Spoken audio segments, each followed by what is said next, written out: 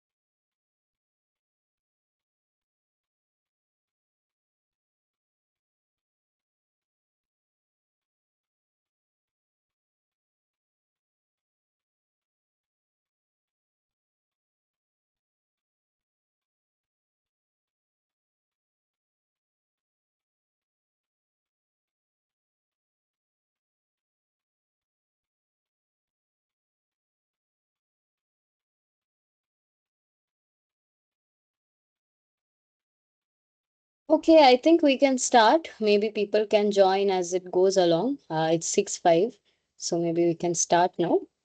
Okay, fine. Okay, everyone. So hello. And if anyone is joining for the first time, uh, 1 second. Let me just put this in full screen. Oops. Mm, okay.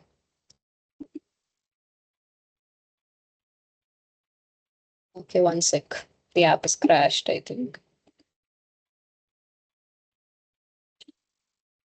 Okay.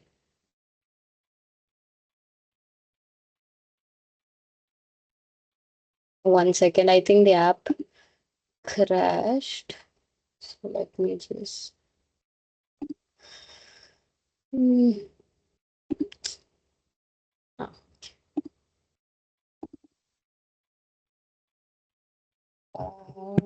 okay, great. Okay.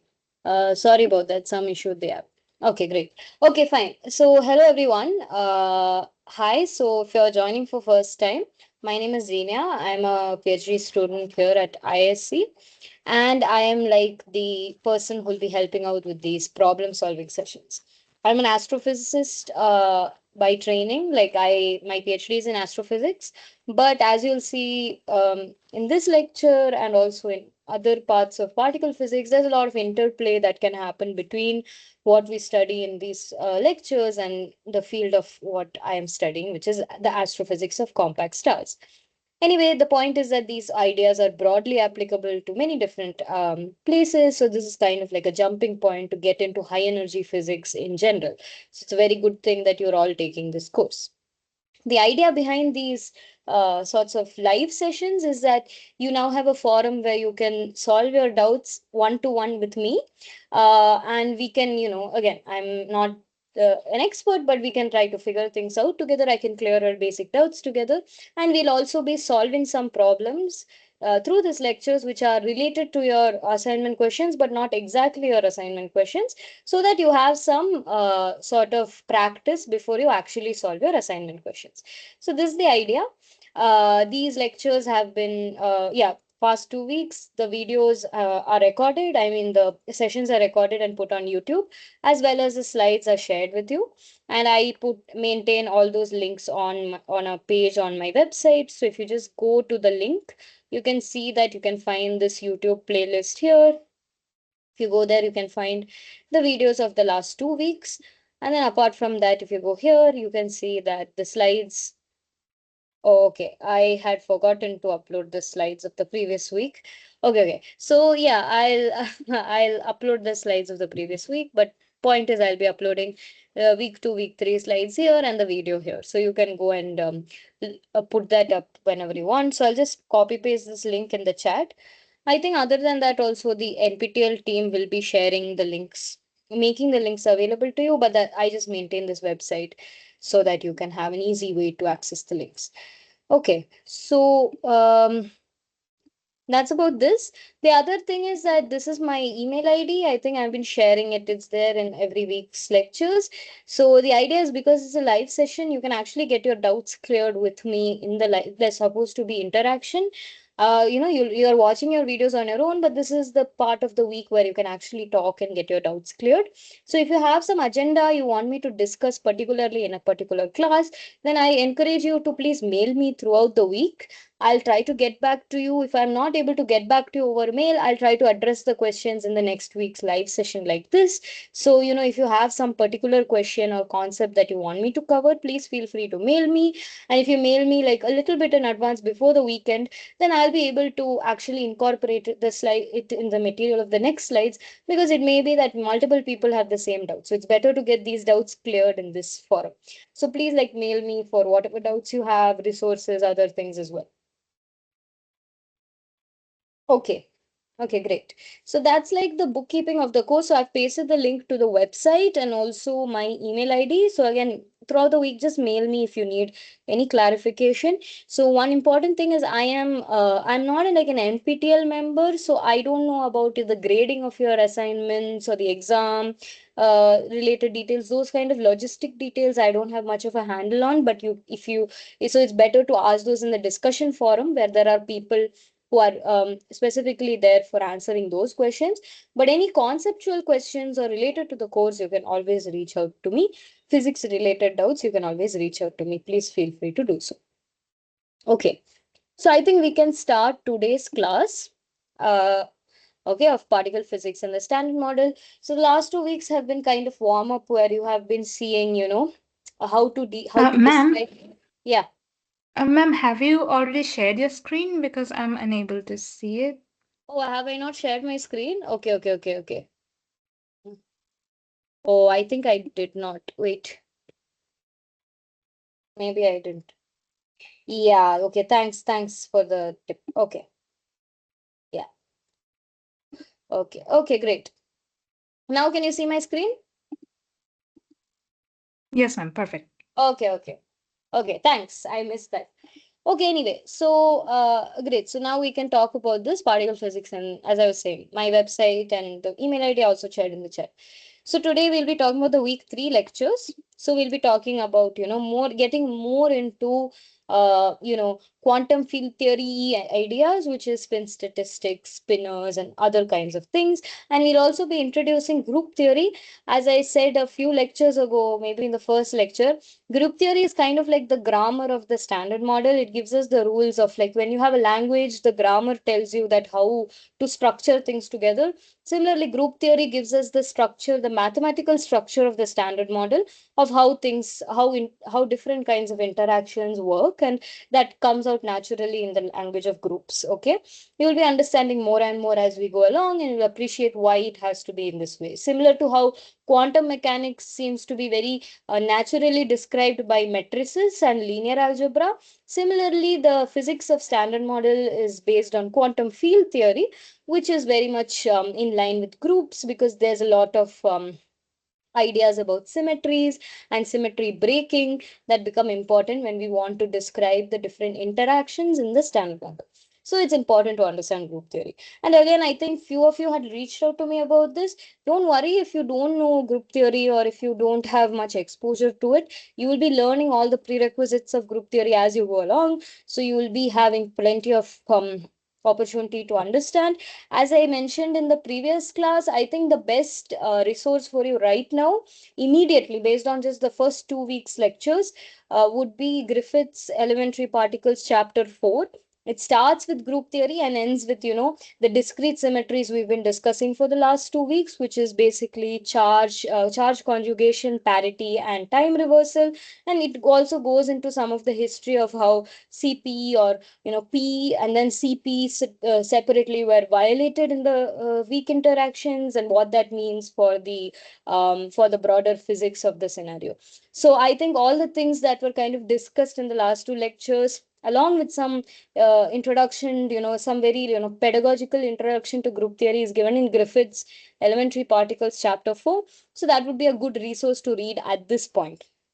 But today we'll be talking about, again, ideas that require little more of field theory to understand, quantum field theory to understand, which are spin statistics and spinners and other things. So we'll not be looking at these ideas, the spin statistics theorem particularly, we won't be looking at it in the full relativistic QFT treatment, but we'll try to build some intuition for it, so that later if you do want to go through the mathematics of it all, you can do it on your own time. And I think this is the approach that was taken in the lectures as well, so that you have idea to so you have time to kind of ease into these ideas. Okay, so since we're talking about the spin statistics theorem, right? So there are two things, spin and statistics. So let's start with the statistics part of it. Let's start with something that we are all very much familiar with, which is the Maxwell-Boltzmann distribution. The Maxwell-Boltzmann distribution is a simple idea. It's simply the answer to the question, what is the distribution of speeds in a gas at a certain temperature? Suppose I take a gas, in a box. I confine a gas molecules in a box and I heat it up to some particular temperature and I keep it at that temperature, say 150 degrees Celsius or something like that, and just keep it at that temperature. Then you know that the gas is made of many molecules which are, chaotically Brownian motioning all over the place. And naturally, not all the gas particles have the same speed, right? Or even velocity. They're all going off in different directions and with different values. And so if you want to kind of quantify, or you want to kind of see what is that distribution of speeds or in a gas look like, then you need a distribution function. So this is like a probability distribution function. And basically the area under the curve up, if you take the area under the curve between two values, that tells you how many particles are basically having that value within the gas, right? So you can see that the most probable speed is obviously the peak of the curve. But of course the highest gases, the highest speeds are, of course, these molecules here. The lowest speeds are these molecules here. And most of the gases don't have either the highest or the lowest. They are somewhere in between, and you can actually calculate the mean speed, the most probable speed, the root mean square speed. This is all elementary thermodynamics that I'm sure you did at school or your bachelor's level, right? So this basically tells us how the speeds of molecules are distributed for an ideal gas. So as I turn the temperature up, this peak is going to shift, but the area under the curve is always going to be 1, because essentially this is a probability distribution function. And the probability that all of the molecules in the gas have a speed is 1. Once we sum up all the velocities, we should get 1 back. And that's why the area under the curve is a constant. Even if I increase the temperature, the peak shifts, but the curve also flattens like this. So this is stuff that you are very much familiar with. I just wanted to build it up a bit. Okay. Okay. So this is basically like a simulation of gas molecules confined in a box at some particular temperature. You can see that the orange is basically the theoretical prediction of the Maxwell-Boltzmann curve for that particular temperature. You can see its frequency versus speed. The measured values are given in a histogram like this, so you can see that there are different bins for what are the different speeds here. And you can see that overall it kind of mimics the Maxwell Boltzmann. Of course, it's not like a perfect distribution because these are finite bins, but you can see that eventually the gas relaxes to being more of a Maxwell Boltzmann. So an ideal gas at equilibrium will always give you a Maxwell Boltzmann distribution. But why is ideal gas important here? Because in an ideal gas, the atoms are not closely packed and they move with non relativistic speeds. Okay, and we spoke about special relativity before that. I'm sure all of you know. Non-relativistic means that we don't have to worry about the constant speed of light and the postulates and stuff like that. And more particularly, because they are non-relativistic and kind of separated, they are also separated, we don't have to worry about the actual nature of the particles, not being particles, but having this additional wave nature. So what you can imagine is, as I take this box which contains the gas and I keep making the box smaller, that is, in other words, if I keep pushing the gas closer and closer to each other, you can imagine that at some point the wave nature of the particles is going to become important, right? If you imagine the de Broglie wavelength of each particle, then at some point the spacing between the particles is going to be of the order of the de Broglie wavelength. At that time, this kind of ideal Maxwell-Boltzmann distribution is not going to work, because again, this is assumed imagining that everything is like a hard sphere. It's a very classical picture. Whereas once we get to de Broglie wavelength and wave nature and other things, we really have to take care of something called quantum statistics. So similar to how we have a transition from classical mechanics to quantum mechanics for, when the de Broglie wavelength is quite significant, like to describe, cricket balls, you don't need quantum mechanics, but to describe electrons, you do, because, because of the scales involved. Similarly, even when the interparticle spacing between particles becomes small enough that the wave nature becomes relevant, that's when we get a transition from classical statistical mechanics to quantum statistical mechanics. Why is it now statistical mechanics? Because we are dealing with a distribution, we are dealing with a population of particles. Unlike Newtonian mechanics or quantum mechanics, where we write down the wave function of a single particle and then just follow it around, we are not going to be doing that. We are looking at a collection of particles, And then we're trying to look at what their properties are distributed as. So for example, the speed is distributed, was distributed along to around according to the Maxwell Boltzmann distribution, but now we have to take care of quantum statistics. So particles at their fundamental nature have two kinds of behavior that they can have. Okay, so there are, and this has already been touched on in previous lectures, but basically particles can either be bosons and or fermions. And this is not so important in the Maxwell Boltzmann case because, again, as I said, all the particles are well separated and non relativistic. So we don't need to worry about their, inherent quantum nature. But as you bring the particles closer together, as you move at relativistic speeds, whether something is a boson or a fermion plays a very important role.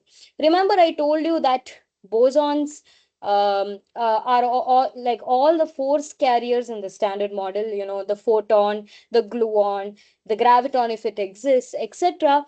They are all the W and Z bosons. They are all bosons, right? They are not fermions. Fermions make up the matter particles, whereas bosons make up the force carriers. And it's important that fermions make up the matter because fermions obey something called the Pauli exclusion principle. Okay, so the Pauli exclusion principle, as you know from, when you are filling up the orbital structure of atoms, is that no two electrons, maybe this is the way you've learned it, which is that no two electrons with the same quantum states can exist together, right? Or with the same quantum numbers can exist in the same state.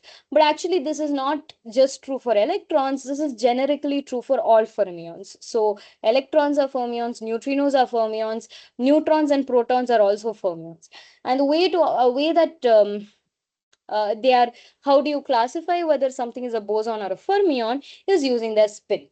And this is why spin and statistics come together. So this is basically how Maxwell Boltzmann equation, you can see how it is given by the dashed line. The Bose-Einstein distribution function is given by this dotted line, and the Fermi-Dirac function is given by this basically this solid line. The statistical factor is basically, you don't have to worry about it, this is some statistical mechanics terminology, but it's basically like an occupation number, how many particles occupy the state.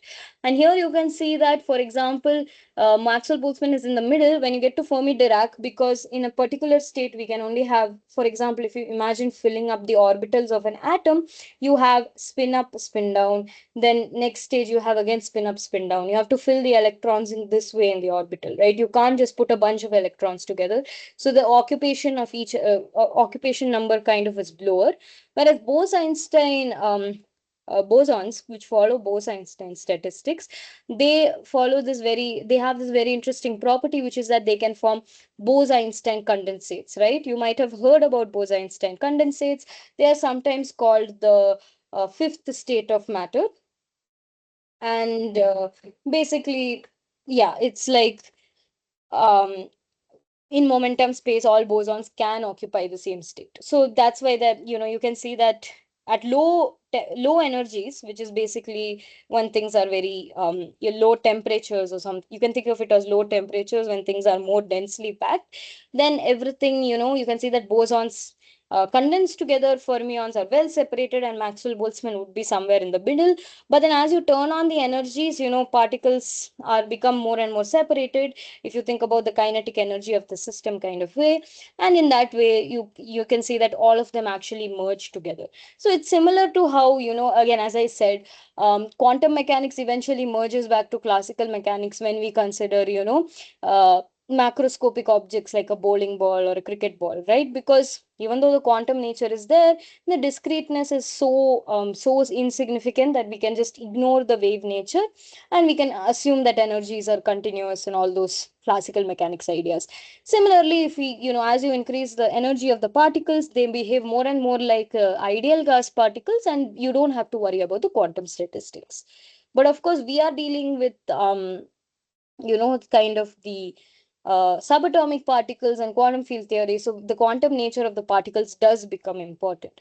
So before we go to this, as I said, The reason why we're discussing all this is because this week you heard about the spin statistics theorem, right? The spin statistics theorem tells you nothing but what kind of statistics a particle follows, that is whether it's a boson or a fermion, whether it follows Bose-Einstein or Fermi-Dirac statistics, is directly related to its intrinsic spin, right? And spin, as you know, is a physical property which is purely a quantum concept. There is no classical analog. People try to describe it by saying it's like rotation and stuff like that. It's not. It follows the same rules as angular momentum addition, so you can kind of think of it like an angular momentum, but physically it's completely something that is beyond, any classical analog. So, but it's about a fundamental intrinsic property of a system, and somehow this intrinsic property also dictates what behavior the particle has, whether it's a boson or a fermion. So bosons have integer valued spins, whereas fermions have half integral spins. So all your vector bosons like the W and Z boson, the photon have a spin 1. The Higgs boson has spin 0. It's the only particle with spin 0 in the standard model. The graviton, which is the hypothetical particle of gravity, that comes from quantizing gravity, something that we have not been able to do yet. If it exists, it would have spin 2. So there are ways to estimate these things. Okay, you don't have to worry about them now. You'll be hearing more about these ideas. But the point is that bosons always come with integer spins. On the other hand, fermions always come with half integer spins. So as I said, electron, proton, neutron, all of these are fermions. All of them have spin half. And then there are also particles like, the other, particles in the composite particles like deltas. For example, delta baryons, they have spin 3 halves, for example. So these are the ways. You can think of it as, all the quarks, for example, have spin half. So you can think about how you can combine the quarks based on your, again, laws of angular momentum addition. And from that, you can see that, when you combine quarks, what kind of spin particles you can end up with. So can anyone tell me that which are fermions? Are baryons fermions or are mesons fermions?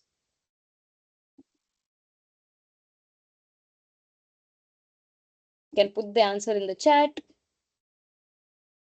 So there are two species of composite particles that you can form with quarks, right?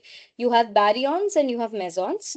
So are baryons the fermionic particles or are mesons the fermionic particles? Yes, baryons are fermionic particles and mesons end up being bosonic particles.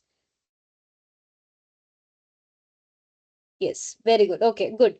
So why is it that baryons are fermions?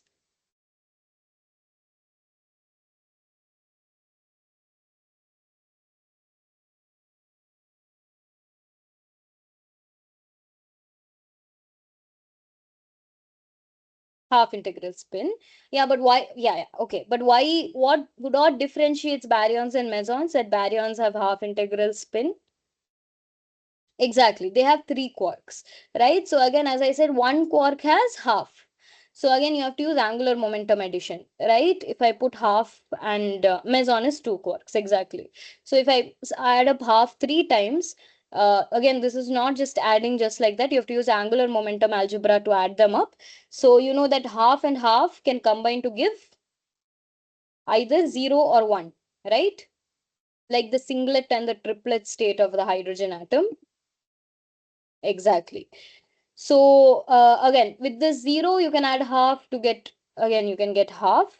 But with 1 and half, if you add, then you can get 3 by 2 and other things, 5 by 2, not 5 by 2. 1 minus half. So it'll be 1 minus half, 1 plus half, right? So 1 minus half and 1 plus half. So half and 3 halves you can get. So that's how you can get the particles. So baryons have half integral spin and mesons have, sorry, yeah, baryons have half integral spin, like proton, neutron have half integral spin. So they behave as fermions. And again, all the matter particles in the universe typically will have like the matter particles, I mean what we are made of, all have half integral spin, and this is why we are able to again form these, well defined atoms. The reason that you have the orbital structure of atoms in the first place is because of the Pauli exclusion principle, which is directly related to the fact that the protons and sorry, the electrons are fermions, right? So you can see this trend of where the microscopic properties of a material is actually dictating its kind of macroscopic behavior. Of course, here microscopic, macroscopic are relative. Macroscopic here is just atomic, which is very small, but eventually the atoms are what form everything, right, including us. So here you can see how the spins and statistics. This is how you think about spin statistics theorem, where this microscopic inherent property of the material, of the particle, is leading to how it behaves in a collective behavior, right? Which is a statistical behavior. And that's why the spin statistics theorem is really quite non-trivial, because it relies on, a quite deep idea, and also it's like just it's a little more mathematically difficult to parse if you don't know quantum field theory. So again, we won't look at a very rigorous derivation, but let's try to build some intuition like what was done in the lectures. Okay, great. So yeah, baryons, just remember baryons always want to hang out with everyone. Fermions are kind of antisocial in that way. So then we can, before we go to spin statistics, let's introduce another terminology here, which is that of spinners, right? And there's a very suggestive picture that is given here. Don't worry about that for now. But spinners are basically, again, we are going to be building mathematical constructs to describe everything in the standard model. We're going to be using group theory. We're going to be using group theory to describe the things that we see in the standard model. One of the constructions that you can do is the spinner representation, which describes spin half particles like electron, proton, neutron, for example, or electrons and quarks. More specifically, proton and neutron is still composite particles. So at the level of the standard model, electrons and quarks, all the quarks, electrons, muons, the tau particles, all of them are spin half particles, right? So yeah, they are a particular representation of the Lorentz group. Why you'll be learning more about the Lorentz group and its symmetries and stuff like that, and what representation means later. But just keep this in mind. This is one of the ways in which we can build a mathematical construct that actually satisfies the requirement of Lorentz symmetry or Lorentz invariance. And that's very important because we know that special relativity has to be satisfied, right? Quantum field theory, this is why quantum field theory is what you get when you have quantum mechanics along with special relativity, and that's exactly what we want to do in order to describe the particles in the standard model. So that's what we're trying to do. We're trying to take a relativistic approach of quantum mechanics, and in that representation comes spinors. So again, I won't go into the mathematical details because yeah, you need a little more mathematics to know it, but let's just keep these two things in mind. So now we can move to the spin statistics theorem. As I said, what we are trying to do here is we are trying to link a collective behavior, which is the statistics. Statistics cannot exist for one particle. It only happens when you have collection of particles, along with the intrinsic particle property, like the spin of the particle, right? And the rigorous proof requires a combination of quantum mechanics and relativity, which is what we call quantum field theory. But we can start to understand or start to sort of move towards the proof based on topology. This is something that was covered by Nirmal in the lectures as well. But I just wanted to show you a few more representations of the proof so that you start to have somewhat of a, maybe not a physical intuition, but at least a mathematical idea of what's going on. So it all has to do with this idea that is given here. You can see that a spinner is given on something like a Mobius strip, and you can see that it does it doesn't seem to come back to itself after just a 2 pi rotation, as we usually expect from typical let's say vectors, right? So let's see what that means. So I'm going to show you now a few animations and visualizations of spin statistics. So these are all, we are now going to remember the spin statistics theorem is about linking collective behavior, that is a statistical behavior, say exchange of particles, how particle behaves, how two particles behave under exchange, how their wave functions behave under exchange essentially, with the intrinsic spin of the particle. Okay, so here this was popularized by Paul Dirac, but many other people like Feynman had a version called the plate trick. But this is very similar to what Nirmal spoke about in the lectures.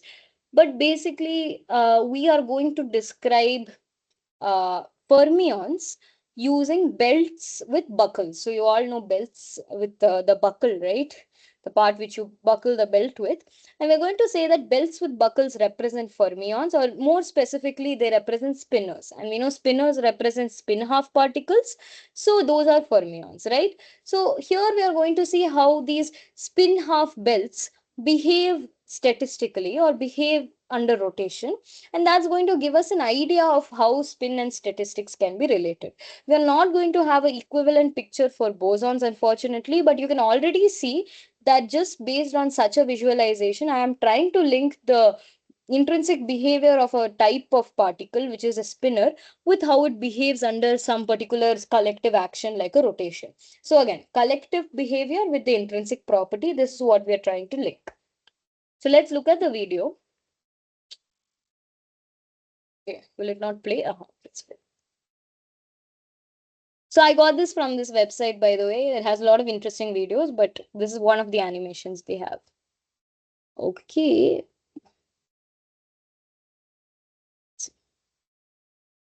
So this is kind of mimicking the exchange of particles, right? So again, as I said, each one of these is a fermion. And you can imagine that they are exchanging their positions in space. Okay, I'm sorry, one sec. Yeah, okay. So just imagine that they're exchanging their particle in space, position in space, for example, and let's see what happens. So, okay, sorry, let's just, yeah, now it should play. Yeah, so now this single exchange, now this is a double exchange, right? Double exchange of particles. And you can see that without changing anything, if I just twist the belt around, I can bring it back to the original position. Okay, so again, I'm going to show it to you again. So this is a single exchange now. Imagine that the belt is represented by the particle is represented by just the buckle, and the others are the wave function, right? So essentially what happens is fermions under exchange pick up a negative sign, okay? And bosons pick up a positive, have a positive sign when you exchange the particle positions. That's why if you have two fermions in the same position, if you exchange and they pick up a negative sign, essentially the wave function becomes zero. Okay, if you have two indistinguishable fermions in the same state, then if you exchange them, it should be the same state because they are indistinguishable, right? So this is psi, this becomes minus psi, so it gives us psi is equal to minus psi, so psi becomes zero, so the wave function doesn't exist, the particles can't exist in the same state. This is just the simple way of describing fermions and Pauli exclusion principle in terms of wave functions. And this is exactly what we are trying to see with the belts as well. So you can see one exchange, then the second exchange. Only when we do the second exchange and then without changing anything, just by smooth transitions, we can bring it back to the original state, right? I didn't have to flip over anything or anything like that. So this state is what we call topologically equivalent to the first state. You guys might have seen this meme that for a mathematician, a cup or a mug and a donut are the same. That's because topologically they are both toruses. Okay, so similarly, we see that these two states are topologically the same. So crucially, doing just one exchange or one rotation in space does not bring you back to the same state. You have to do two rotations, then only you bring back to the same state. So you can imagine that the first rotation or the first exchange picks up a negative sign, then the second exchange picks up back to the original. So that's plus one, right? So that's why it's minus one, then plus one. So that's how you think about it. And this is the defining property of fermions, right? A double exchange, not a single one of particle position, that is of the belt buckles here, is equivalent to no exchange at all. And that's the defining property of fermions. If we go to the, so there's much more of an explanation. So this is animation by this guy Antonio Matos, and you can see that, imagine that the buckles represent the particle and the belts are kind of the wave function. Then you can see that the two particles that are connected to infinity by belts can return to the original situation by fluctuations, but only if they are switched in position twice and not just once. Such particles thus fulfill the defining property of fermions. For the opposite case, the bosons, a simple exchange would already lead to the identical situation. So we don't have a analogous simple representation, but for bosons, one exchange itself brings us back to the same thing. So that's plus one. Whereas here we have minus one plus one.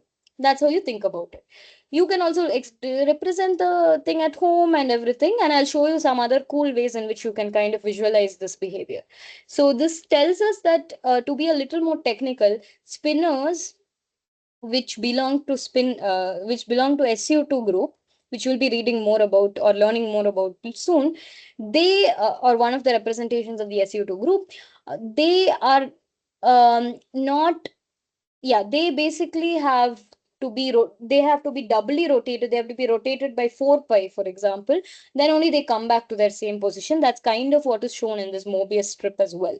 So that's the defining property of spinors, and as we know, spinors are used to represent spin half particles. So again, you have this direct connection between the spin of a particle, that is spin half, with the statistical or the exchange particle exchange behavior, that is how it behaves when it's in the presence of other particles, right? So its intrinsic property also dictates how it interacts with the other particles, and this is basically the spin statistics theorem.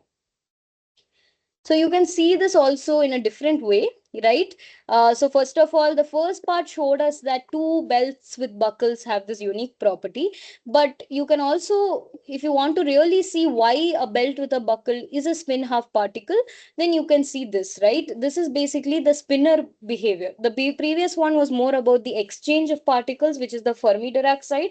But here we are going to see actually the spinor behavior. Spinners, as I said, belong to SU2 group, which SU2 requires two rotations to come back to the main position. So let's see if the belt also has the same behavior, which is that it requires two rotations to come back to the original position. If the belt also has the same property, then we can say that belt is adequately representing electrons, right? So that's, or fermions, let's say spin half particles. So let's see if that is true. So here you can see that multiple rotations are being done for the belt.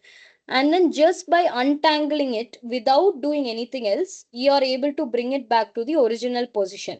Remember, if you are able to just bring it back to the original position without crossing or cutting something, they are both topologically equivalent. So the previous case showed us how belts behave on, or how the belt particles behaved under exchange of particles.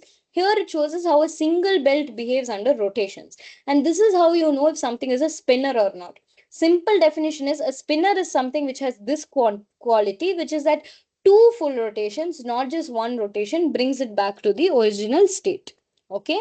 So that's why this animation along with the previous animation together tell us that the spin statistics theorem is true. So here you can see the beautiful animation is again the same guy, Antonio Martus. The belt, assume that the belt cannot be observed, but the square belt buckle can, and it represents a particle. The animation shows us that such a particle will return to the starting position after rotation by 4 pi and not after 2 pi. 2 pi is one full rotation and then 4 pi. Such a belted particle thus fulfills the defining property of a spin half particle. Rotating by 4 pi is equivalent to no rotation at all. Yeah. So the belt just represents a spinor wave function. For example, 2 pi rotation leads to a twist. This means a change of the sign of the wave function. That's exactly what I said, right? Fermions have a property where if you exchange them or if you rotate them in space, they have a change of the sign of the wave function. And you can repeat the trick at home. The equivalence is shown here with two belts attached to the buckle, but the trick works with any positive number of belts. and so on. So basically, we have proved that first of all, belts can represent spin half particles. That's what the second animation shows. Because spin half particles are spinners, spinners have this property. Again, if you really want to know why spinners have this property, why particularly is half spin is leading to, negative wave function, you need more QFT. It's a little more mathematically involved, but just for a very intuition based idea, this is good enough, where you can see how belts, with this rotation behavior, behave as spin half particle. And when I have two spin half particle and exchange their properties, their position in space, actually require two exchanges to bring back to the same position. So you can imagine that one exchange picks up a negative sign, and then to bring it back to positive, I still have to do a second exchange. So this is how I'm linking the collective behavior with the intrinsic spin of the particle. Okay. So yeah, I have one video here which explains the same thing. Okay, it's not showing here. I'll just put it here. Let's see.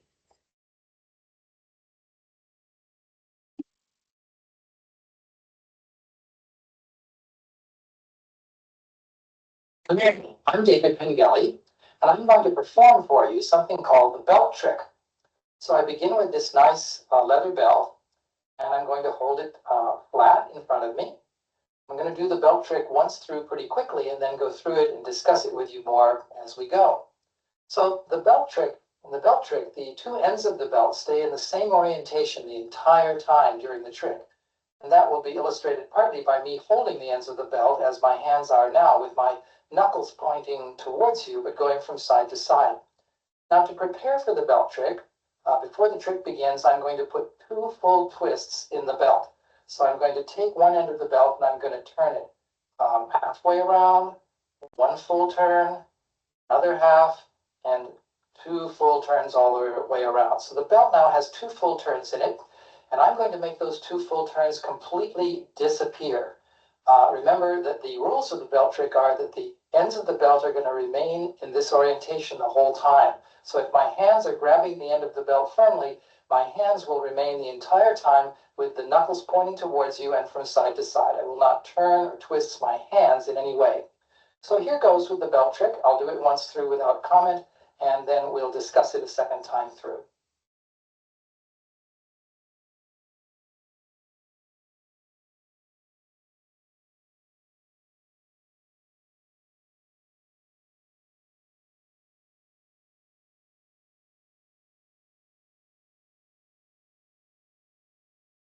There, you can see that the twists in the belt have completely disappeared.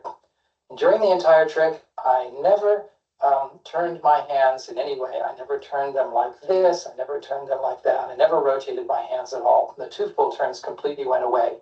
Now let's do it again, but discussing a little more what is and isn't happening here. I would like to point out that all that's important is what the belt is doing. It's not important what my arms are doing. My arms and my hands are in fact just there to control the belt, to determine what the belt does. And you notice that every part of the belt is allowed to move around in space, but what the ends aren't allowed to do is twist and turn in any way. So let's begin again. I'll put the two full turns in the belt, which we do before the trick starts. Now the trick is to make these two full turns go away. So I'm allowed to move my hands around in space. The belt could pass through itself. This would be easier than it actually is. But here we go. And now I would like, having moved my hands around a bit, I would like to keep moving my hands apart. But you can see that the belt is now caught a bit on my right forearm. And so I need the belt to pass through my right forearm. Now remember, my arms and hands aren't actually part of the trick. So you should think that my arms aren't really there in terms of the mathematics of the trick. But of course, in practice, they are there. And I can't really pass the belt through my arm. So what I have to do is momentarily move my arm out of the way and put it back on the other side of the belt so that I can re-grab the end of the belt. So I have to let go of this end of the belt, but I don't plan for the end of the belt to move in space at all. So I'm going to temporarily grab the end of the belt with some fingers of my other hand, just so that that end of the belt won't move at all. You see, the end of the belt is not moving at all. And now I'm, having brought my arm around part of the belt, I'm re-grabbing the end of the belt. The belt didn't move at all. while I move my arm out of the way and then back in. And now as I pull it apart, you can see that as before, the 2 full turns in the belt are completely gone. So that is the belt trick. Okay. So I hope that kind of clarified it a little bit more. Essentially, I want to just stress on one point, which I tell whenever I teach a physics class, is that, you know, because so much of advanced physics is also involved with advanced mathematics, it's important to recognize where the mathematics is and where the physics is, right? For example, the uncertainty principle is just a statement about waves, right? Mathematically, it's true for any wave. The physics insight comes in identifying that the wavelength of that wave is also related to a particle property, which is the momentum.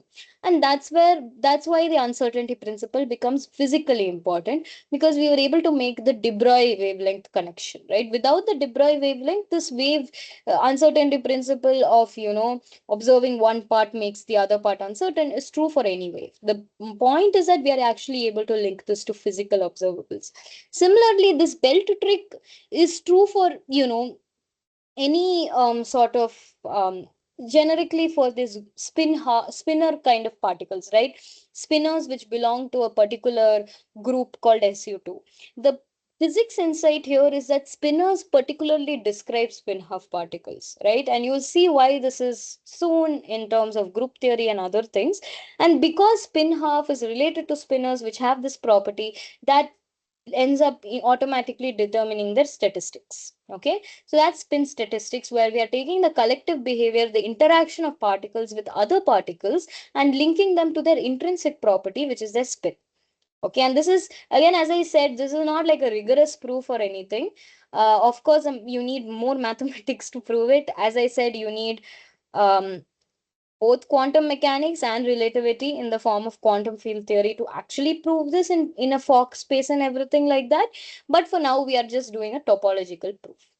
Okay, I have one more quick video because I just think this is a cool concept. So I just collected a few visualizations for you. This is a short video. Uh, so, if any of you have long hair, 360 you can try this for yourself. I just cut my hair, unfortunately, so I won't be able to. But you can check this out yourself by if any of you have long hair. 360 degrees is one complete rotation, and you might think it's the same as 720 degrees, or two complete rotations, but nature actually does distinguish between the two. There are objects that are the same after two rotations that aren't the same after one. These are called spinors, and the palm of your hand is one example. After one 360-degree rotation, it isn't the same, but after a second lap, so yeah, so this is another example where you take something in your hand and then you do a full 360, and you can see that the orientation of my hand is now different, right? But if I do another rotation, then I come back to the original part where the thumb is on this side. So this is something I think that Feynman used to do. There's a thing called the Feynman plate trick, which he used to do. And this is also an example of a spinner. Your hand itself can be an example of a spinner. 720 degrees, it returns to normal. A similar illustration can be done with a belt or a long braid. One end is fixed and one can move. I have a ribbon on the back side to tell the front and back apart. After one full spin, there is no way to untangle the hair without further rotation. But after another full spin, 720 degrees, there is now a way to return it to how it was without rotating either end, just moving it up and across. This animation also shows the concept, but this time with many belts. And because each belt is the same after two full rotations, the ends can spin continuously without any becoming tangled. Okay. So that's basically like a topological, as I said, we are not doing a rigorous proof, but some topology into how we can start thinking about how a particle spin, which is related to whether it's a spinner or not. at least for spin half particles, is directly related to how it behaves under rotations and thus how it behaves under exchange. And particularly if you want to see how it behaves under exchange, you can look at this first animation, which actually illustrates it quite properly. So again, this is not very easy to visualize. That's why I had put a couple of different ways to visualize it. Take your time. You can, all the videos are linked on the slides, so you can go and rewatch them as you find fit, and you can contact me if you have any doubts. Okay. So any doubts about spin statistics and the things we discussed so far? Any doubts in the chat?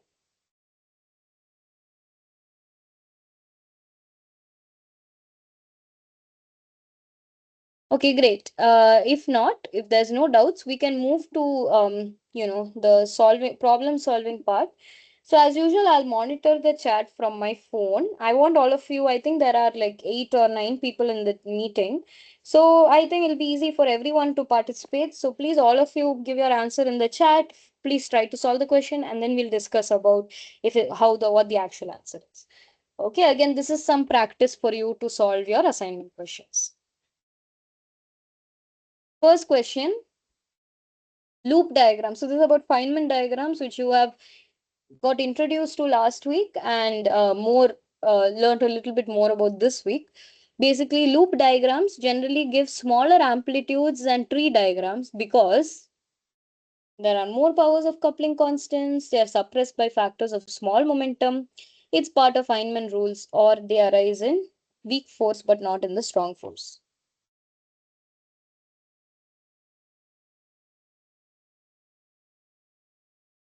Okay, someone says A. Any other answers?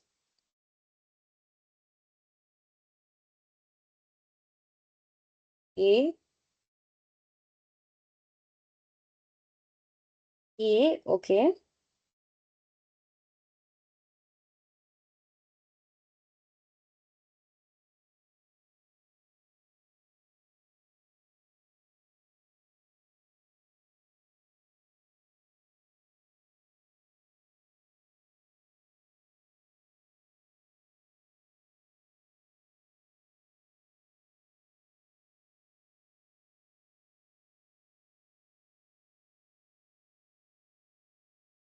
Okay, one more A.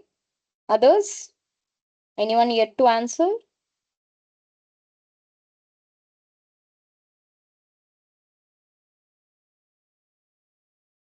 Okay.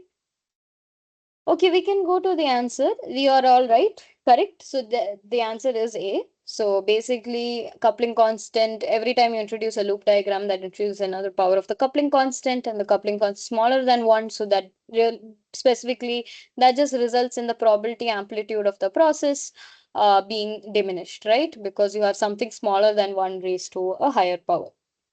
Okay. An electron in a hydrogen atom can occupy which of these orbital states?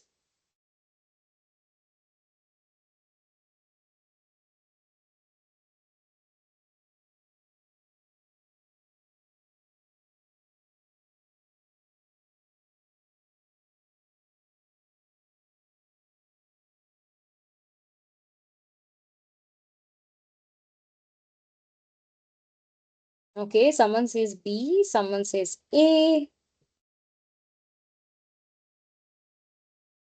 Any other answers?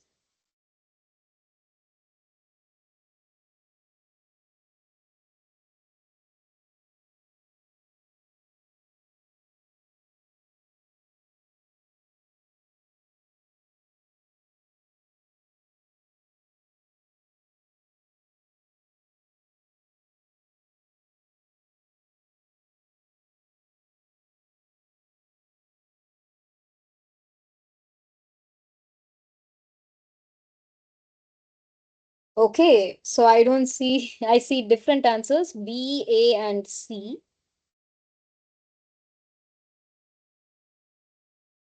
Okay, someone says B.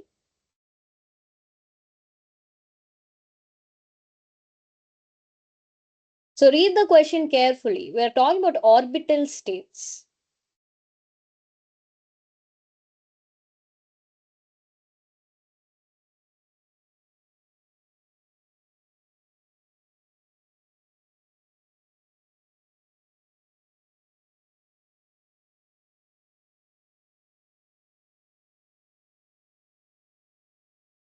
Any other answers? Only 4 people have answered in the chat. Any other answers?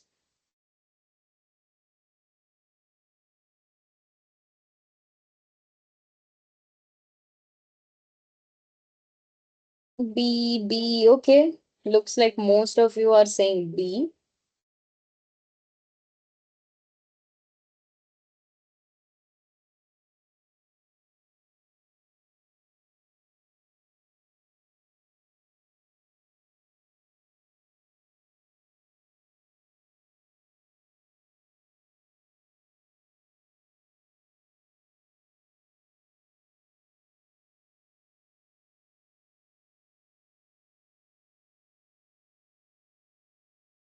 Okay, maybe we can go to the answer. So answer is actually A. So before I explain, can anyone tell me what these two numbers are in the in the in the kit that we see here? What are the two numbers that is in the kit? Like what are the quantities they represent? So we are talking about orbital, right? Okay, so that's the thing, right? We are not talking about something like fine structure here. We just want the simple orbital state, right? So this is actually L and ML. This is not J and M in the kit. It's L and M, ML, if you want to call it M subscript L. Um, so now can you see why it's 1 and 0? So only if you have fine structure where you have this L dot S kind of term in the Hamiltonian, then only you see something like J, right? Where you have J, where L and S are combining and you get this 3 half kind of states. But if you just take your normal hydrogen atom, the one you study in school, where you write 1s, 2s, etc., then it is L and ML, right? And that's what we call orbital angular momentum, right? So L can only take integer values. Remember, if we need 3 half, we need to combine L and S. That's when you do fine structure, when you have L dot S and other things. That's not what we're talking about here. We're just talking about pure orbital angular momentum. That's why the answer is 1 and 0. Can anyone tell me why it can't be 1 and half?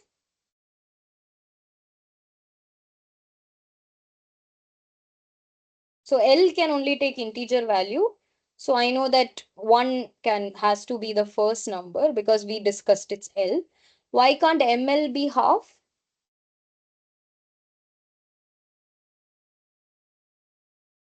ML is also, yeah, ML also varies as minus L to L. And in the case of orbital angular momentum, it will only take -1, 0, 1, right?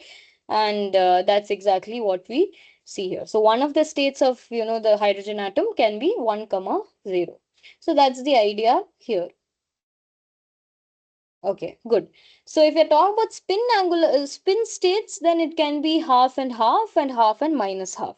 And if you're talking about spin orbit states where you're considering some spin orbit coupling, then this 3 half and other things can come.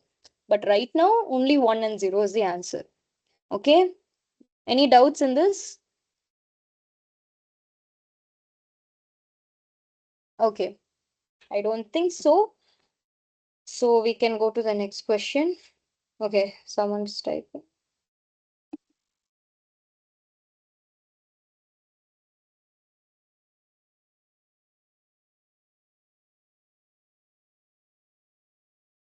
Okay. If you have any doubts at any point, please feel free to stop me, even about the previous material. Okay. Don't be shy. This is about to be interactive session only.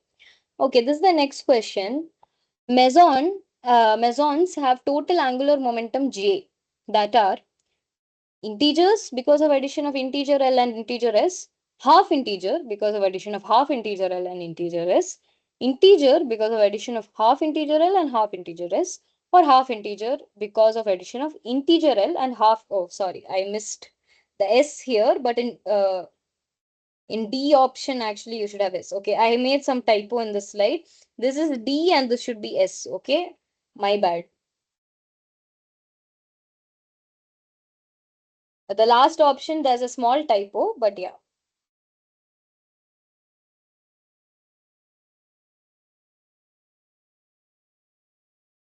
Read the question carefully, whether it is about L, S, J.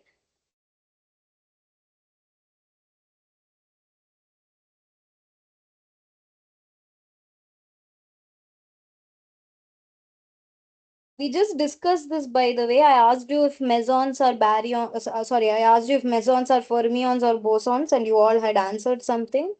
So think about that and answer this. That should give you at least, that should allow you to at least get some idea about one part of the question.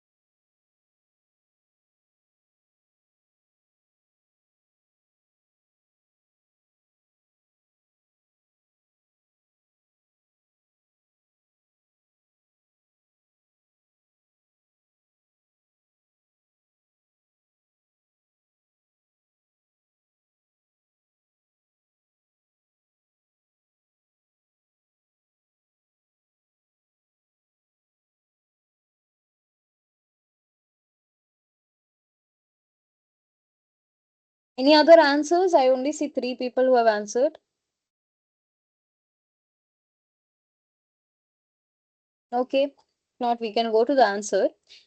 The answer is integers. I don't know how you guys got this wrong. After you all correctly told me that mesons are bosons, right? All of you correctly told me that baryons are fermions and mesons are bosons. If mesons are bosons, that means they have integer spin, right? That is the whole point of the spin statistics theorem, which we just now discussed. Fermions have half integral spin, bosons have integer spin.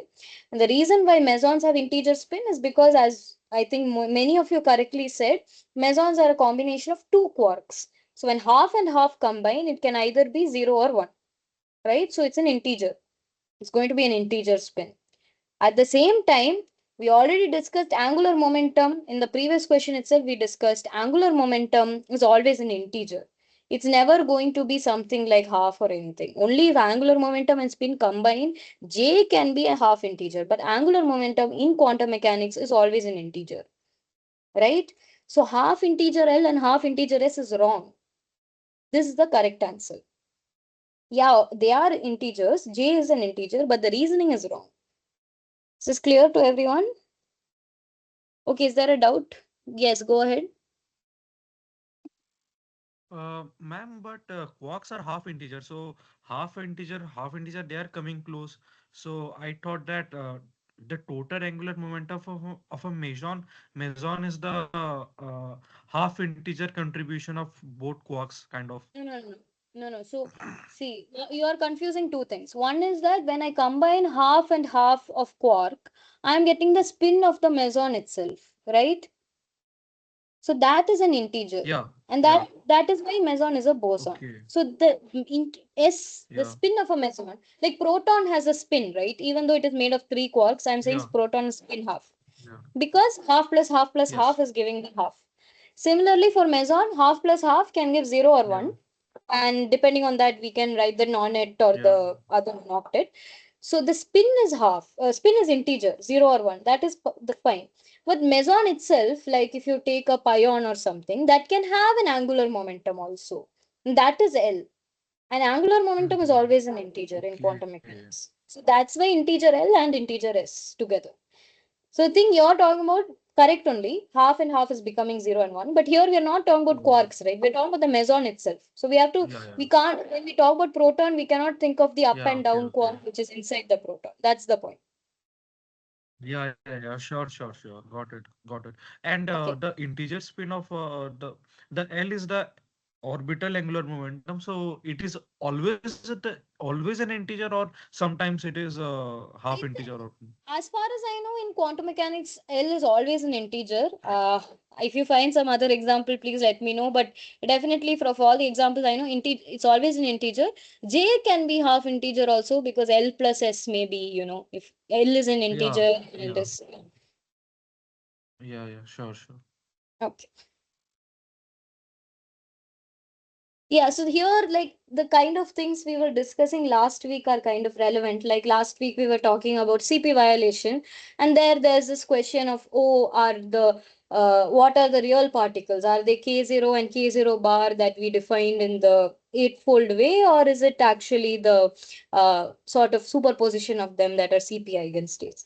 So similarly here, if you think about particles, you may think of the quarks. But then right now we are discussing meson. So meson itself becomes our particle, right? So you have to kind of think of different scenarios when what is applicable. That's what I'm trying to say, right?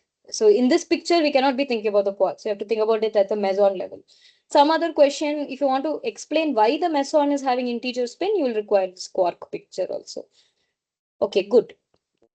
Fine. So this is a question about the Pauli matrices.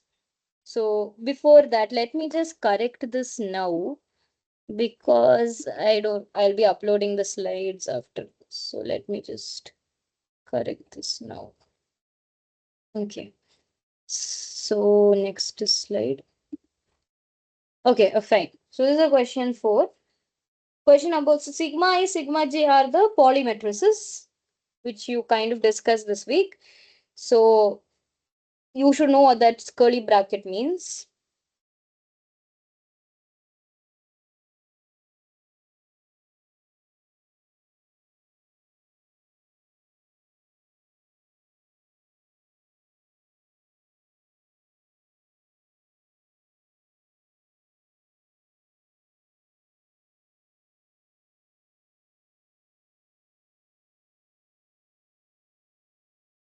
Okay. Two people say A, two people say D.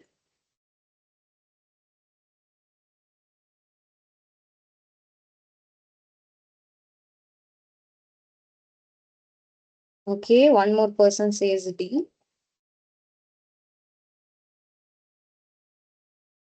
D one.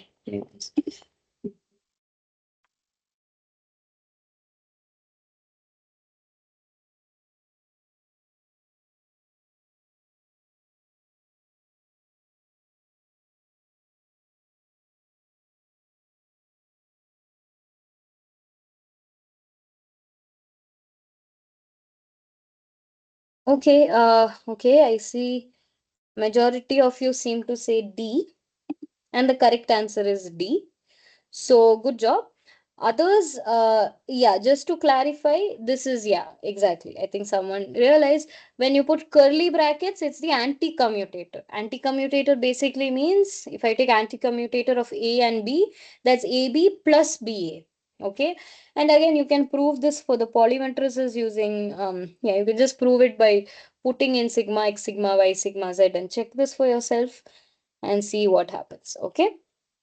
So this is about the first question. I don't think there are any doubts in this, but yeah, this is the anti-commutator. Exactly. Yeah, just be careful with whether it's commutator or anti-commutator we're talking about. Okay, so next question.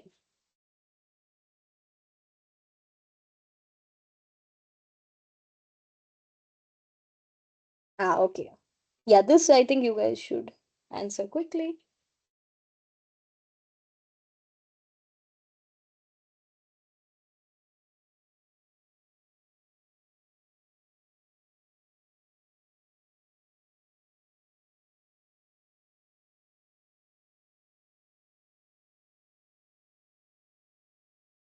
Okay, again, I see some people A, some people B. So this is actually the commutator, I think, as you all know. The previous question, it was the anti-commutator. So this will be sigma I, sigma j minus sigma j, sigma I. And also when you repeat indices, like in the first two options, you sum over them. I think this was discussed in the lectures. This is called Einstein's summation convention. So whenever you have this kind of thing, you usually you sum over that index. Okay. Think we can go to the answer. I don't see anyone else answering. Okay. Uh, oh, okay. I didn't make a slide for the answer. Did I not make a slide for the answer? Yeah, so the answer is B, by the way. Sorry, I didn't mark it. Just have mixed it. But the answer is B. Again, you can try this with sigma x, sigma y, for example, and check it for yourself. But yeah, that's the answer. Okay. Okay, just people who answered A, just check it for yourself. There will be a factor of 2 that is extra. When you do, for example, sigma x, sigma y, if you multiply and, in each order and subtract, you will find that there's a factor of 2 that is there. Similar to how, here the answer was 2 delta ij. Here also there's a factor of 2 that actually is there. Okay, so these are mathematical things. I think you can do this. Okay. Okay, good. Just check those, just work it out once. It's good to do these things once and then you remember it. So this is a multiple option, multiple correct answer question. So there will be multiple options that are the correct answer. Okay. So it's not just one option. So mark all the properties a group needs to have. So this week you start learning about group theory. So what are the necessary properties for a group to have, needs to have?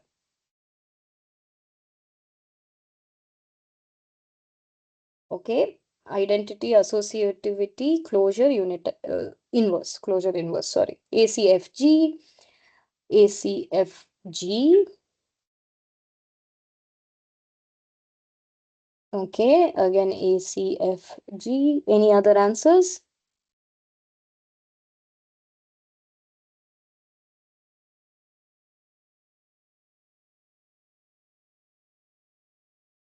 Yeah, ACFG, correct. Okay, fine. Yeah, so I think many of you have answered correctly, which is ACFG. Every group should have an identity. It should, which is the identity element, which when you multiply with any element in the group gives back that element.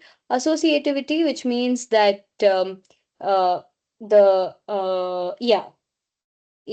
the order of operations. It's about the order of operations or the sorry, not order of operations, sorry, the distribution property of the operation. Uh, oh, okay, wait one sec. Is it you? I think it's inverse. It's not unitarity. Give me a second. I think I marked it wrong. Should be inverse. Let me just check.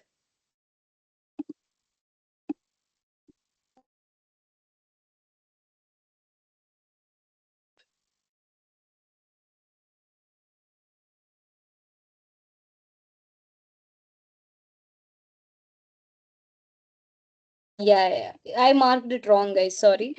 Yeah, it's not unitarity. Unitary means that it has a yeah, it's about the element being its own inverse. That's not necessary in a group. It can be the property of certain groups, but not necessary. Sorry, I marked the wrong option by mistake. Let me just share my screen. Sorry, guys. Sorry for the mistakes, small mistakes. Okay, anyway, so it is ACFG, as all of you correctly said. So, as I said, identity is that there should be an identity element in the group such that any element multiplied by that element gives back the element. Associativity is about how the distribution of the group's property with the elements, like A, B, C, for example.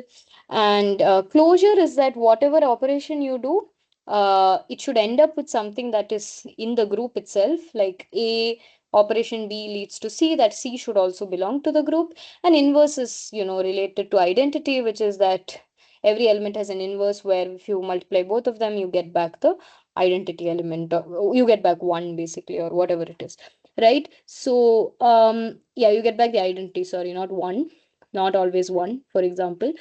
So unitarity, as I said, is to do with the so for example, unitary matrix, right? A unitary matrix is a matrix who is its own inverse. And yeah, that's not necessary for a group, right? You can always have groups where the element is not its own inverse. Similarly, commutativity, which is about the order of operations, whether A operation B is the same as B operation A, is not necessary. There are certain groups which obey this property. Do you know what they are called when a group is also commutative along with all the other properties?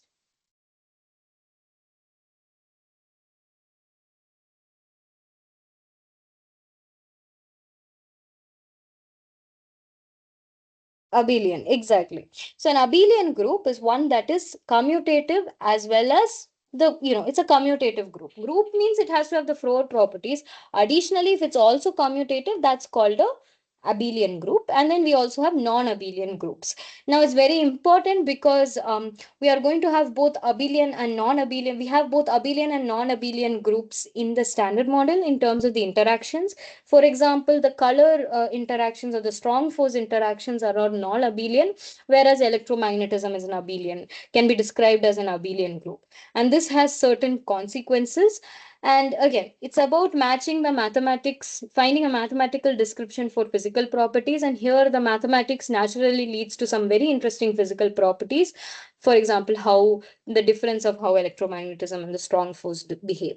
So again, that's why it's important to understand group theory, but group theory is kind of like the grammar of the standard model. We need to understand how to read the standard model and its symmetries. For that, we require group theory. Okay. Next question. Can a particle have integer isospin?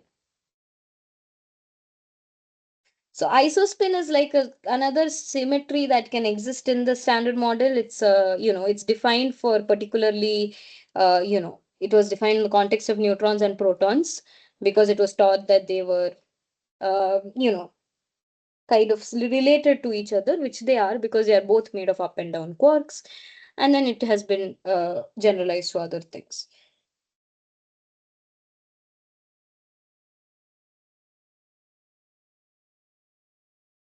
Okay, I see yes, I see no.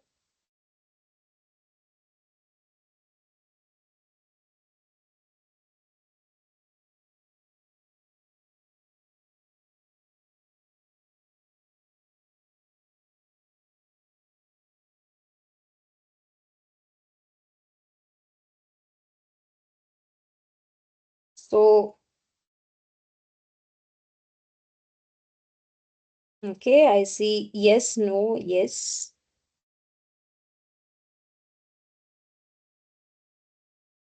yes.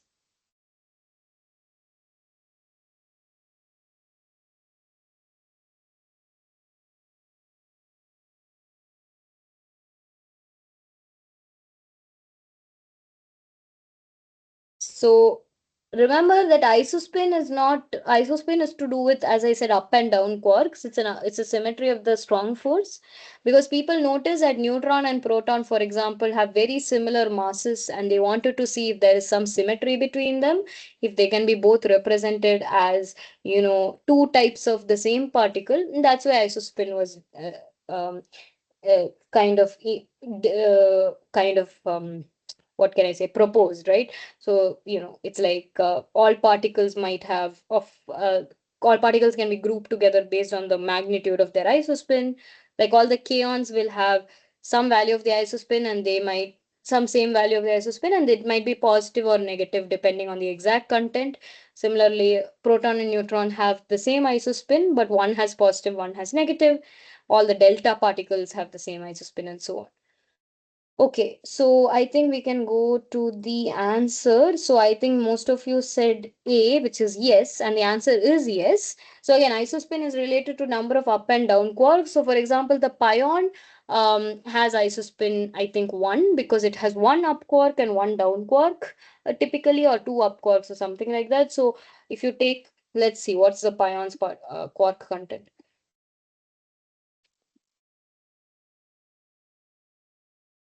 Hmm. So yeah, up quark and a down quark, or up down down, something like that, right? So if you take the difference and you take half of it, which is what the isospin is, it's always going to be an integer. So this is an example. Sorry, this is something else. This is an example of what a integer isospin looks like. So the pion is an example of that. Okay, fine. I think we can go to the next question. A group representation in which square matrices cannot be written as block diagonal matrices is the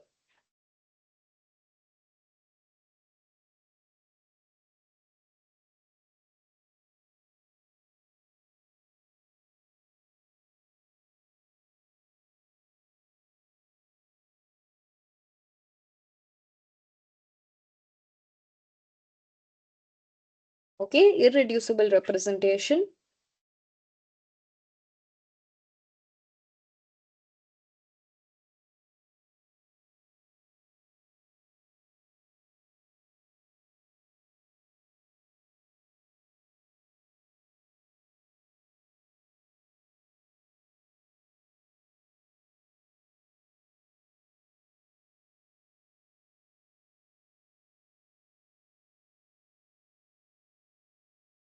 Okay, I see two people saying D.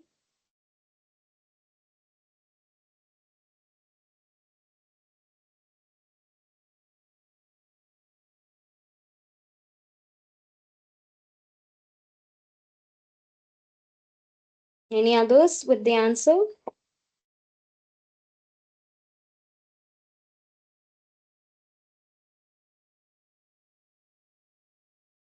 Excuse me.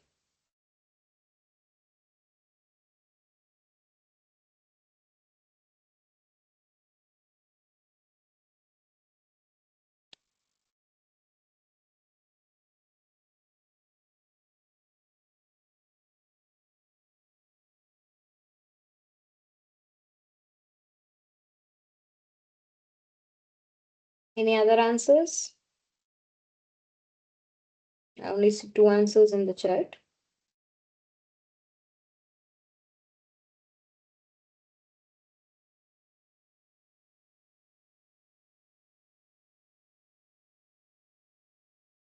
Okay, one sec.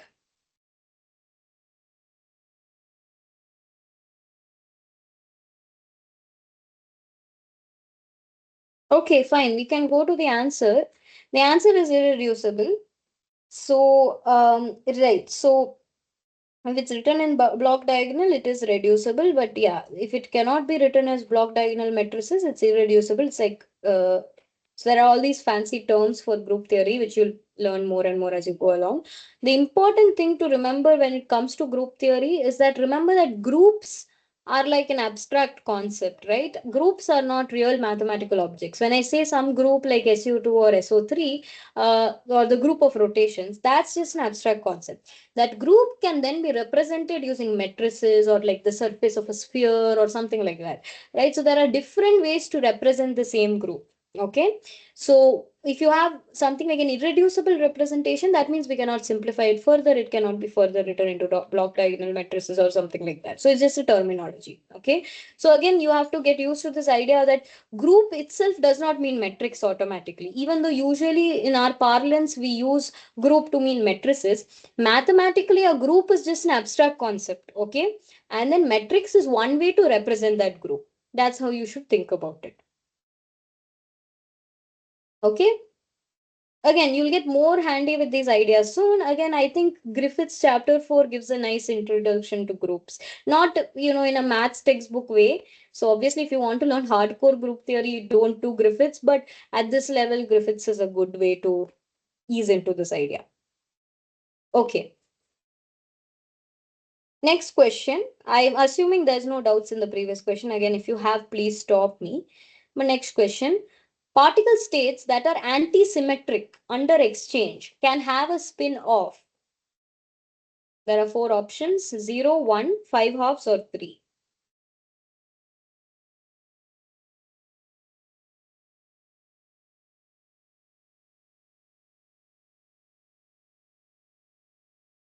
Someone says C, A, C.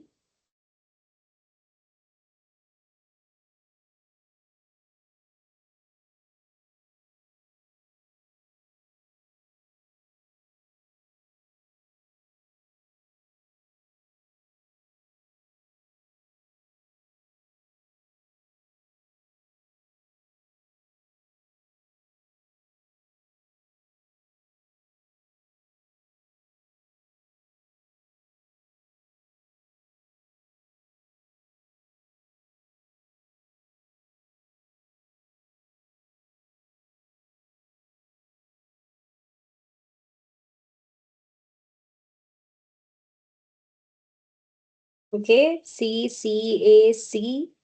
Any other answers? Okay. If not, we can go to the answer. The answer is actually C, five halves, as most three of you correctly said. So again, this is to do with spin statistics. Remember, I told you, right? Fermions are anti-symmetric under exchange, and this is exactly why they obey the Pauli exclusion principle. So fermions have half integral spin, and this is what the spin statistics theorem tells us. How to link the intrinsic property of fermions, their spin, to the macroscopic kind of interaction between them. So that's why a spin 5 half particle would be a fermion. So again, imagine if you have, just to solidify it, imagine two indistinguishable particles in the same state. If I exchange them, the state is not changed because they are indistinguishable. Whether A is here, B is here, or B is here, A is here, it should be the same state, right? But fermions always pick up a negative sign when I exchange. So this gives me that psi is equal to minus psi. The wave function is equal to its negative. This is only possible if psi is zero, which means that this state cannot exist. The wave function is zero. So that comes from the leads to the Pauli exclusion principle. That is, such indistinguishable fermions in the same state are forbidden. Okay, fine. Okay. Last question. If J comma M is the state described by the addition of J1 M1, sorry, that's a typo, J1 M1 and J2 M2, then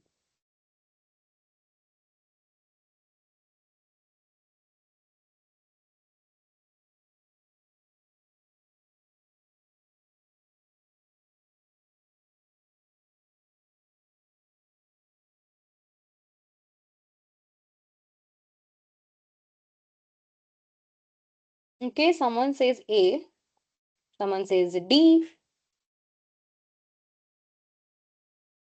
So this is about your angular momentum addition. So think about that. And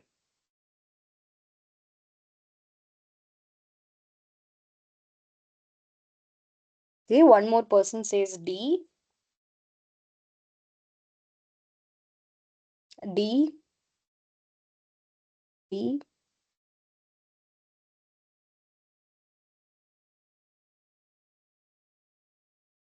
Okay.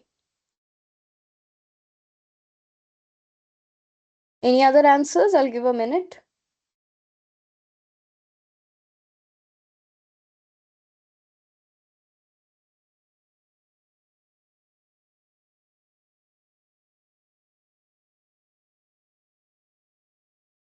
Okay, if not, we can go to the answer.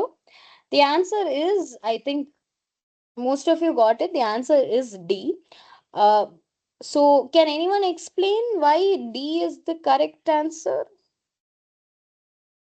Why can I simply add M1 and M2?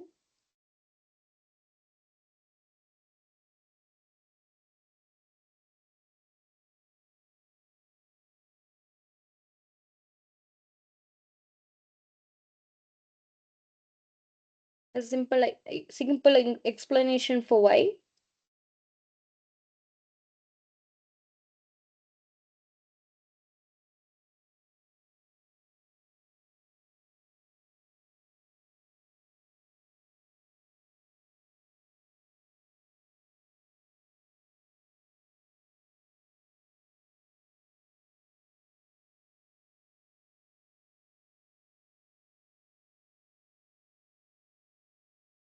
So yeah, so remember that all of the components of angular momentum do not commute with each other, right?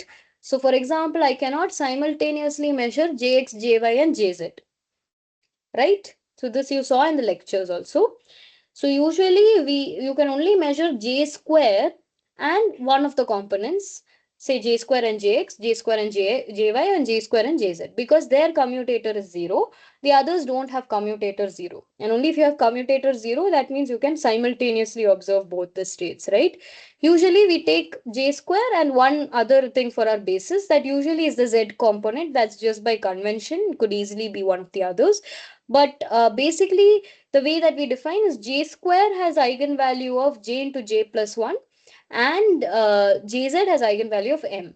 So when we add, we simply can add M1 and M2 because J square and Jz are set to commute.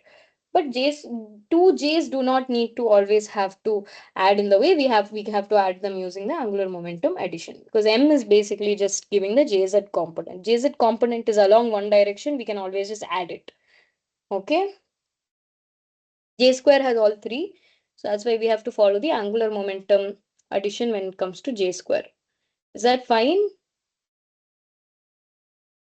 If you don't understand this, if you want to brush up on angular momentum addition, you can look up any quantum mechanics textbook, either Griffith's Quantum Mechanics, also chapter 4, if I remember correctly, or Zetley's book, uh, Zettli. Zetley's quantum mechanics book also has very nice material on angular momentum addition. If you just want to brush up all this JLM stuff, it's nicely there and there are some problems. So either Griffiths or Zetley you can look up for this. Okay. If no more questions, I'll go to the last part of today. Okay. So, yeah, so we're done with like all the stuff related to the course. But since we're talking about spin statistics, I wanted a little bit change course a little bit and talk about something which is slightly related, which is also related to my PhD work and my research, which is about white dwarf stars. So you might think that I'm completely changing the thing. So this is again, this is not to do too much with your course material, but this is actually an interesting application of Fermion's spin statistics behavior or the Pauli exclusion principle. Basically, I just want to show you how, the spin statistics theorem, which we think only acts on, atoms or subatomic particles and particle physics, all these small scales, actually dominates the behavior of matter at big scales as well, even in the case of stars, which are huge objects. So I want to take the example of white dwarf stars, which are a very special kind of stars. So don't worry if you don't know any astrophysics. I'll just explain everything in a simple way. And again, this is not to do with the course as such. This is just for a little bit of fun, just a little bit of application, right? So the most basic concept when you want to study any star system, including our sun, is that pressure balances gravity. Okay, so I always have gravity which is acting on any object in the universe which wants to crush the sun, like the star, right? Any star, it has a huge mass, gravity is acting on it, gravity wants to crush it all into a point and make it a black hole, but the star has to resist. So there should always be some pressure which is pushing against the gravity. And this is what is called hydrostatic equilibrium. Basically, pressure and gravity are balanced at every point. And as long as this condition is satisfied, the star can be stable. So, for example, our sun right now is in a hydrostatic equilibrium. That's why it keeps shining. So, what generates the pressure for our sun? For our sun, it comes from nuclear fusion, right? There is nuclear fusion within our sun where hydrogen is burning or is fusing to form helium, and that releases some energy, and that energy release is balancing the gravity, and together we have this pressure balance condition which is satisfied. So pressure balances gravity. But at some point, this nuclear fusion, I mean the fuel in the sun, the hydrogen in the sun is going to run out. All the hydrogen is going to fuse to helium. Then we won't have this nuclear fusion anymore, right? And then what happens when the fuel runs out? So that's when we actually get what is called a white dwarf. And the sun will actually one day collapse to a white dwarf. There's a very nice animation about it. I can quickly show you. It's only a short video. Sorry, this is on some other tab. Let me just. Okay, give me a second. Yeah, okay. So I'll just show you this video quickly.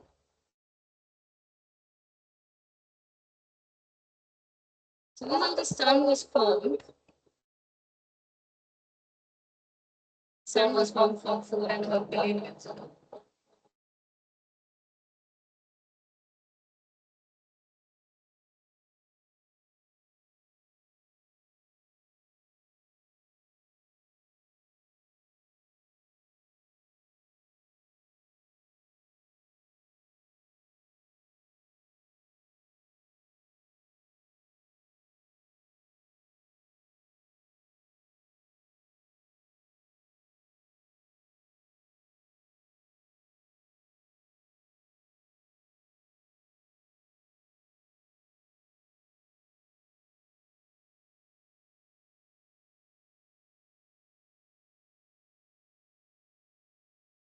So right now the sun is active. It's going to at some point run out of fuel and it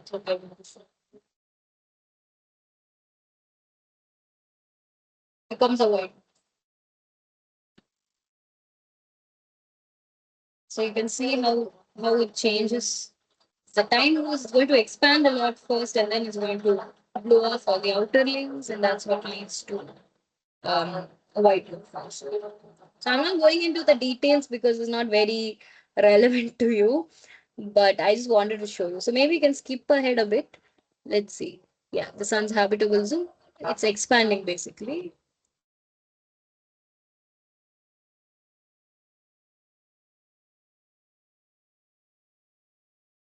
Sun shines brighter. It's running out of fuel. It becomes much bigger, 250 times larger. Don't worry about what these phases are called. Yeah, so once it runs out of all the hydrogen, it's not able to hold on to the matter, right? There's no support, so it just gets blown away.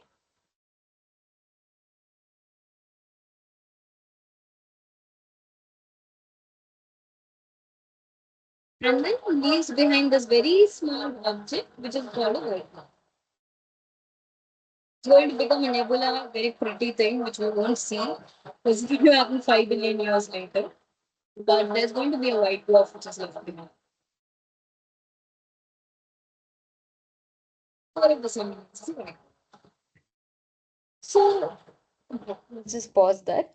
So yeah, so that's the idea, right?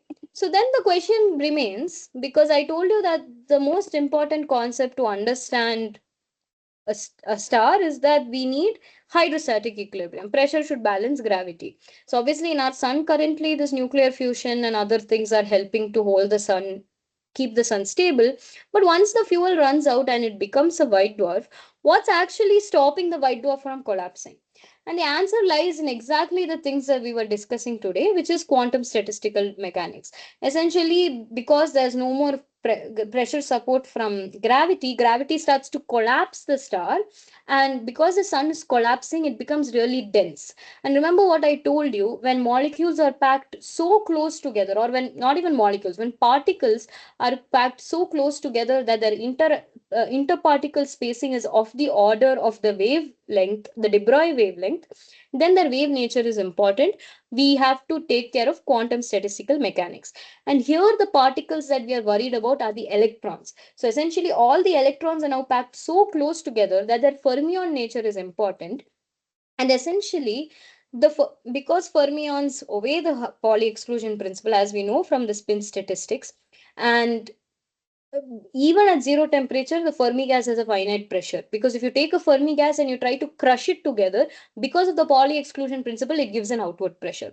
So now the outward pressure doesn't come from nuclear fusion or some sort of physical process that is releasing energy. The Fermi pressure, or it's sometimes called the degeneracy pressure, it's a statistical mechanics term, actually provides the pressure support in the star.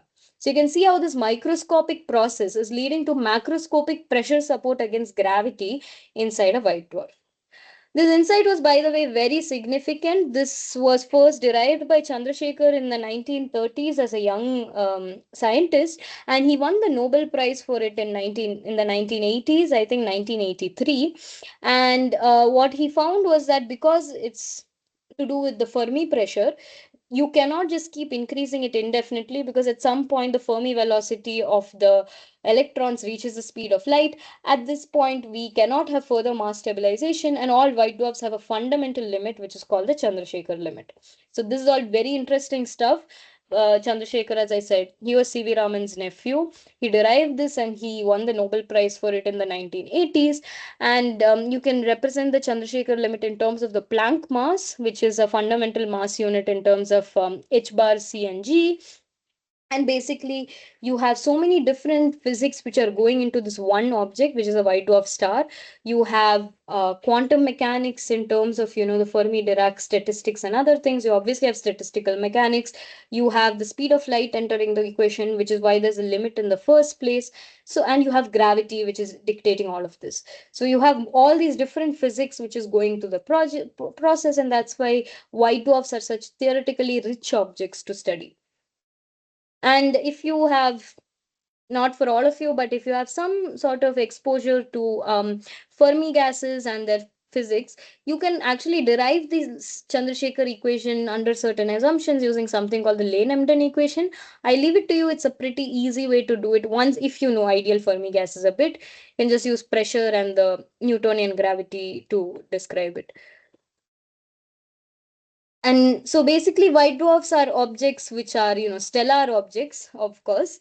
They are not, compared to a normal star, they're very small. For example, you can see in this picture, this is actually the white dwarf that the arrow is pointing to, not this big object. But they are still very huge objects. So a typical white dwarf has something like the mass of the sun contained within the radius of the earth. So it's like thousands of kilometers to 10,000s of kilometers, and it's all held together because of the Pauli exclusion principles, because electrons are fermions and have the antisymmetric wave function. So white dwarf basically, it shows us how spin statistics can be at work even at stellar length scales, and that's quite an important insight. So again, it comes back to what I was telling before, which is that the intrinsic property can actually describe the collective behavior.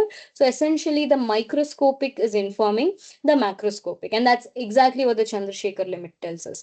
So again, the Chandrasekhar limit is just telling us that because we have stabilization against gravity because of this Fermi pressure, if I keep increasing gravity, then because of this image, if I increase gravity, pressure should also increase such that they are always equal, so that only gives us stability.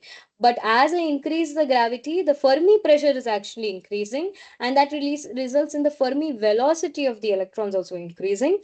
And any physical velocity, as you all know from special relativity, cannot exceed the speed of light. So once we reach the speed of light, even if I increase gravity, Fermi pressure is not able to increase anymore, and so there's a maximum mass or a maximum limiting pressure that the star can support. That was Chandrasekhar's insight.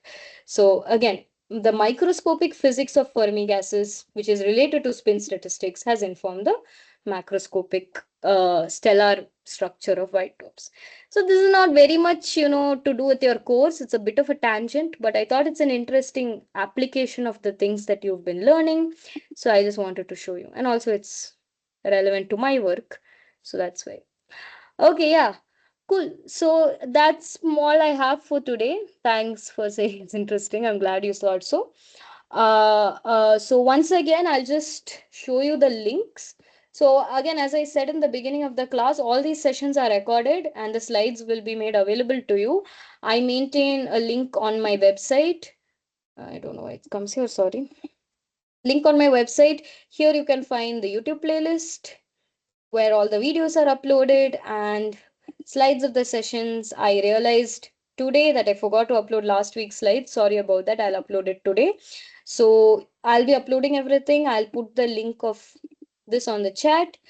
Also, please feel free to mail me if you are. Thank you. But feel free to mail me if you have anything. Again, if I am not able to reply to your mail, I'll at least address the points in the upcoming live session. So keep an eye out for that. Okay.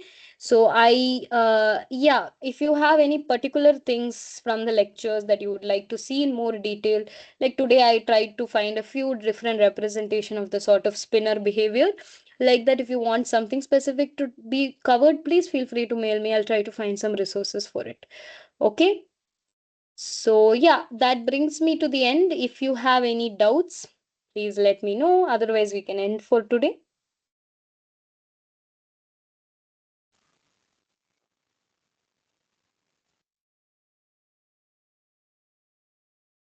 Okay, if not, have a nice rest of your week, and I'll see you next week at the same time. Thank you, everyone. Thank you. Thank you, ma'am.